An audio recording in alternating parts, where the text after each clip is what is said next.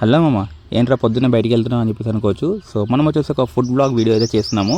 So ఈ food blog వచ్చేసి ఒక స్పెషల్ అయితే ఉందన్నమాట. అక్కడికి వెళ్ళాక చూపిస్తాను. ఈ ఫుడ్ బ్లాగ్ వచ్చేసి ఫాస్ట్ ఫుడ్ సెంటర్ అనమాట. ఇది ఎవరిదో కాదు మామ, నా ఫ్రెండ్ గారిదే. సో నా ఫ్రెండ్ గారు అనమాట దీన్ని ఓన్గా రన్ చేస్తున్నాడు షాపు. ఇది వచ్చేసి వీకే జాయ్ అని చెప్పేసి ఫాస్ట్ ఫుడ్ సెంటర్ పేరు ఉంటుంది. వీకే జాయ్ ఫాస్ట్ ఫుడ్ సెంటర్. దీని అడ్రస్ వచ్చేసి చెప్తాను, గుర్తుపెట్టుకోమామ. మన కర్నూలులో ఎస్టీబీజీ కాలేజ్ బ్యాక్ సైడ్లో మనకు వచ్చేసి కర్నూలు స్టేడియం అయితే ఉందన్నమాట. సో ఆ కర్నూలు స్టేడియంకి ఎదురుగానే చాలా ఫాస్ట్ ఫుడ్ సెంటర్లు అయితే ఉంటాయి. ఇక్కడనే కొంచెం ముందుకు వచ్చేస్తే మనకు వచ్చేసి వీకే జాయ్ ఫాస్ట్ ఫుడ్ సెంటర్ అయితే ఉంటుంది.